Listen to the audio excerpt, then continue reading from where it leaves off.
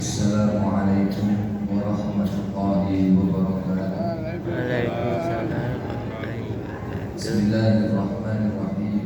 Innal hamdalillah nahmaduhu wa nasta'inuhu wa nastaghfiruh wa na'udzu billahi min shururi anfusina wa min sayyiati a'malina. May yahdihillahu fala mudilla lahu wa may yudlilhu fala hadiya lahu. Asyhadu an la ilaha illallah wahdahu la syarika lahu wa asyhadu anna sayyidana Muhammadan abduhu wa rasuluh la nabiyya ba'dah.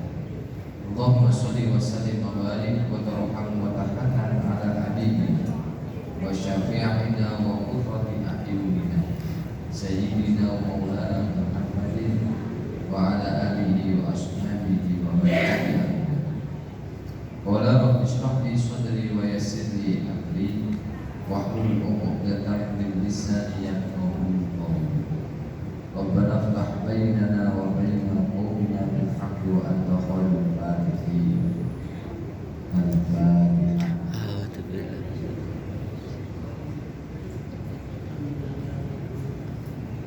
Dumata para alim, para ulama, ini suku, ini ustaz, dan bapak ibu-ibu jemaah ikan beliau. Syukur alhamdulillah kita mengucapkan kehadirat Allah Subhanahu wa taala atas segala rahmat nikmat taufik sayyi Allah Subhanahu wa taala yang menika saged paling ning majelis atas izin Gusti Allah dalam keadaan sehat walafiat.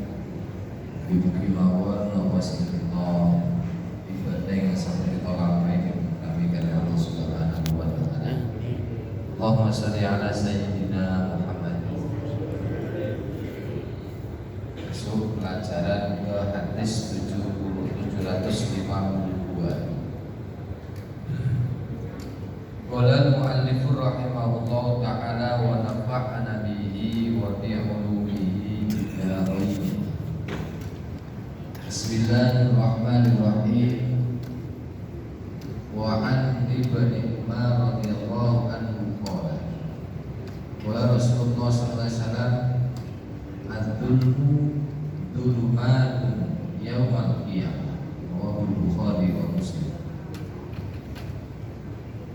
Saking Ibnu Umar saking Kanjeng Nabi sallallahu alaihi wasallam dawuh ad-dulmu utawi zalim. Apa zalim itu? Utawi perilaku zalim. Menindas. Bisa juga menganiaya, menyakiti orang lain. Ya, dalam bahasanya zalim itu menempatkan sesuatu yang bukan pada tempatnya. Masuk ini menyakiti saudara tetangganya sih. Iku dulumatun piro-piro petang yaumal qiyamah yang dalam dina kiamat. Perbuatan aniaya, perbuatan dolim itu merupakan kegelapan di hari kiamat. Maknanya apa? Kita nanti akan serah sekali dahulu Gusti Allah dalam surat Al-Fatir itu siapa tahu a'udzu billahi minasy syaithanir rajim. Bismillahirrahmanirrahim. Tsumma awrasnal kitaba alladziina istafaina min ibadina wa minhum dhalimun li nafsihi wa minhum muqtasid wa minhum sabiqun bil khairati bi'idznillah. Dzalika huwal fadlul kabir. Ketika Allah sudah memberikan warisan terhadap diri kita. Warisan di sini dimaknai Al-Qur'an ayat dinul Islam. Ketika Allah sudah memberikan warisan berupa Al-Qur'an. Jauh pasangan Mas Barat Al-Qur'an ini dikati Allah diwarisi yaitu Al-Qur'an. Karena kanjeng Nabi nanti dawuh taraf fi amroini lan tadillu lan tadilla lan tamassak bihima dan tadillu lan tamassak bihima.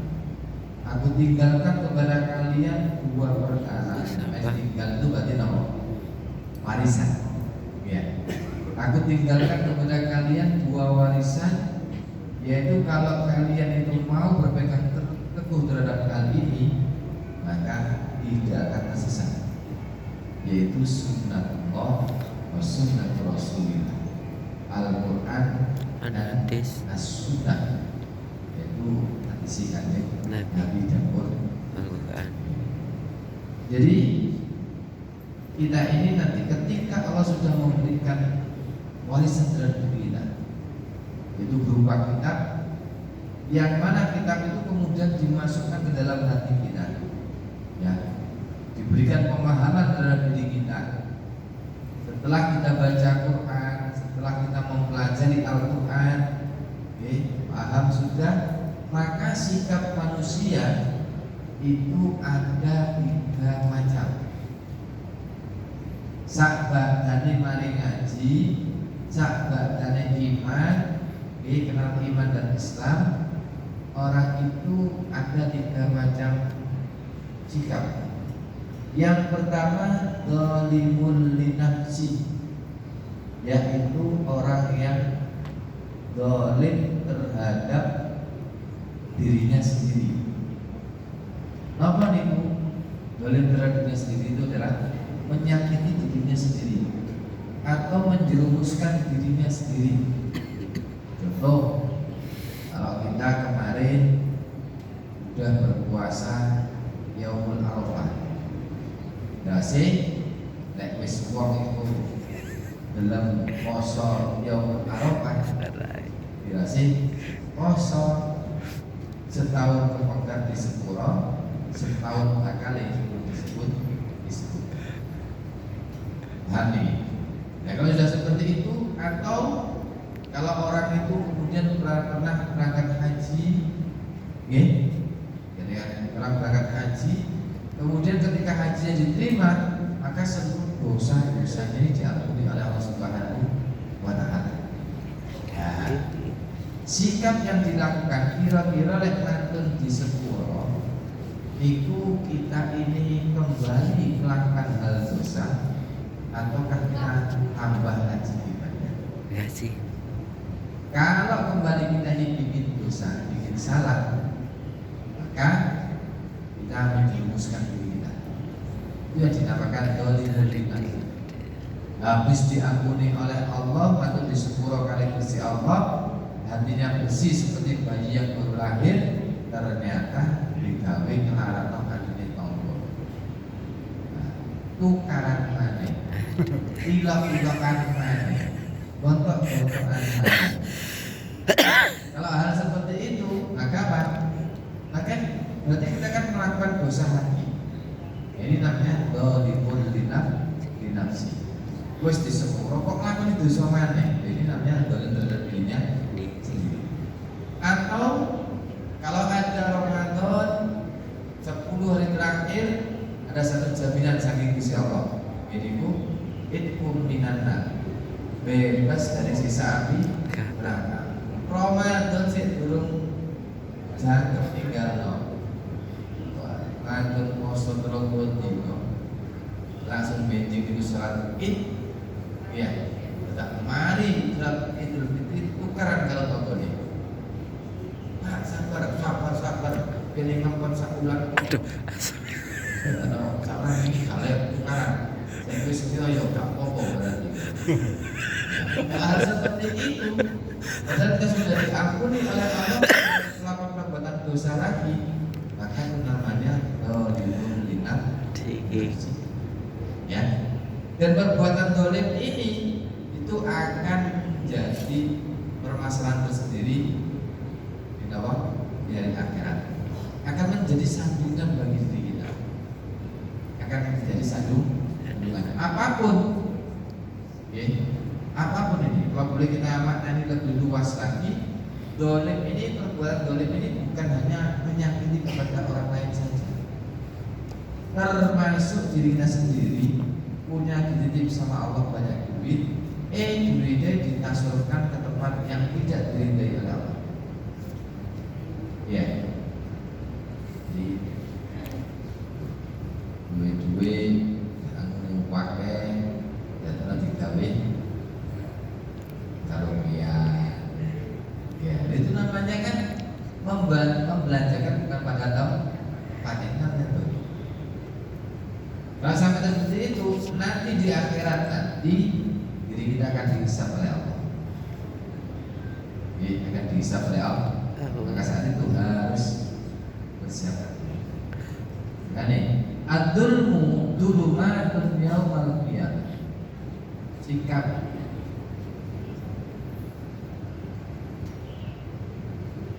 jadi sikap diri kita setelah apa itu menganiaya kita itu akan menjadi sandungan bagi kehidupan. Makanya hati-hati kalau kita ini mau melakukan sesuatu, jangan sampai kita ini mendolimi diri kita sendiri, lebih mendolimi orang lain. Kalau sampai kita ini menyakiti orang lain, ada satu hadis Nabi akan daruna manil muflis. Apakah kalian tahu siapa orang yang merugi? Sahabat mengatakan al-muflisu fina ma dirham wala mata.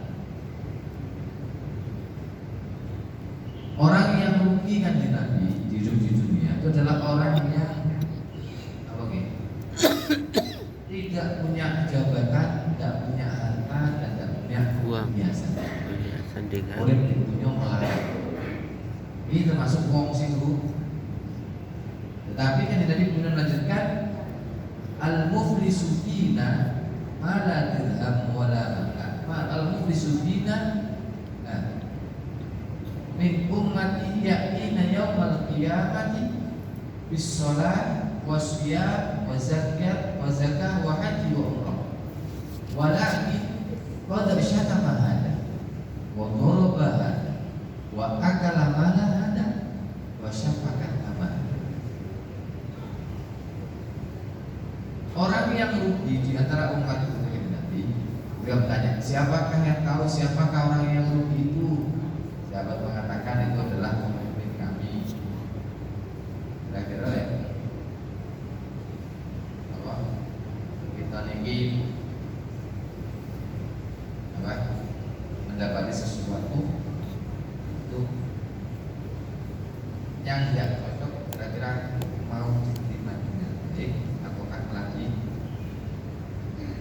orang yang kasih kandidat, orang yang rugi di antara umatku.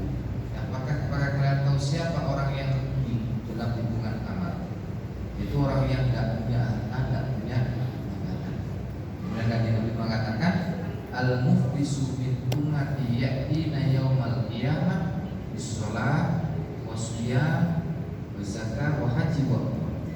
Yaitu orang yang rugi di antara umatku adalah orang yang datang di hari kiamat itu menghadap Allah dengan membawa amalan sholat, membawa amalan puasa, membawa amalan zakat, sedekah, membawa amalan haji dan umrah pada satu sisi.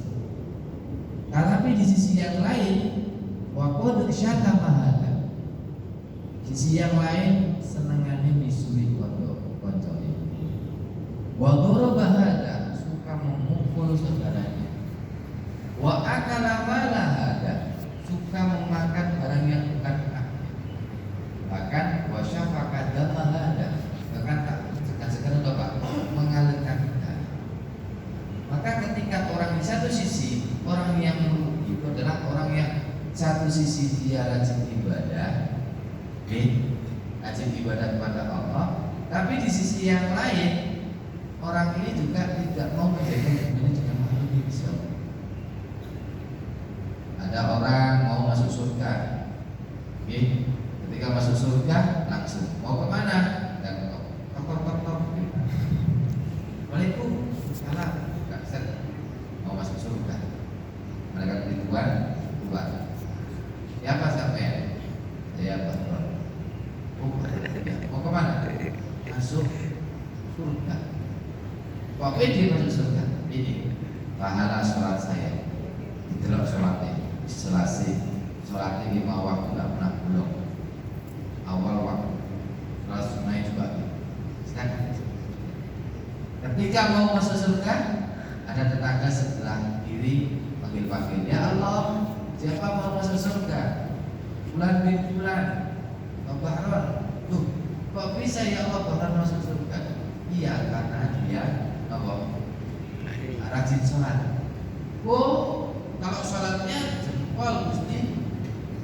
Oh, iya. Kalau sholatnya nggak nyacat saja. Dia rajin sholat, rajin ke masjid, rajin jamaah. Tetapi dia sampai sekarang itu punya hutang sama saya, belum nyawa. Punya hutang belum nyawa. Padahal sholat itu ngajarkan on time, ngajarkan tepat waktu. Giliran pinjem duit, maksudnya minta ampun. Giliran bayar, dijanjiin target,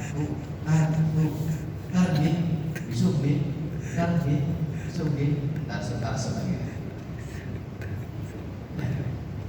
Kalau ngiling 26 nonggo di Ponorogo nyaur jengkel nonggo. Bahkan sing duit akan yang mengemis dan kewajiban yang meminjam. Di satu sisi dia rajin sholat, tapi di sisi yang lain tidak diimbangi dengan jadi ada lagi masalah. Betul Barat, kamu punya hutang, betul ya. Tapi pahalanya sholatnya geser tetangganya. Pahala sholat habis. Masuk lagi, mau mana? Tok, balik dalam mau masuk belum? Sampean masih iya. Mau kemana? Masuk surga. Lu kok bisa? Ini saya menyembelih hewan. Nah, ya, saya menyembelih hewan. Ataupun, nah ini puasa. Katakan puasanya. Buat nyembelih korban. Contoh mereka. Mau kemana? Masuk surga. Kenapa? Ini saya puasa saya. Dalam puasanya bagus. Ramadannya sunnah. Ya silakan. Ketika mau masuk pintu surga, tetangga sebelah kanan panggil-panggil. Ya Allah, siapa yang mau masuk pintu surga? Fatimah. Loh, kok bisa? Iya, karena dia mampu menjaga lisannya.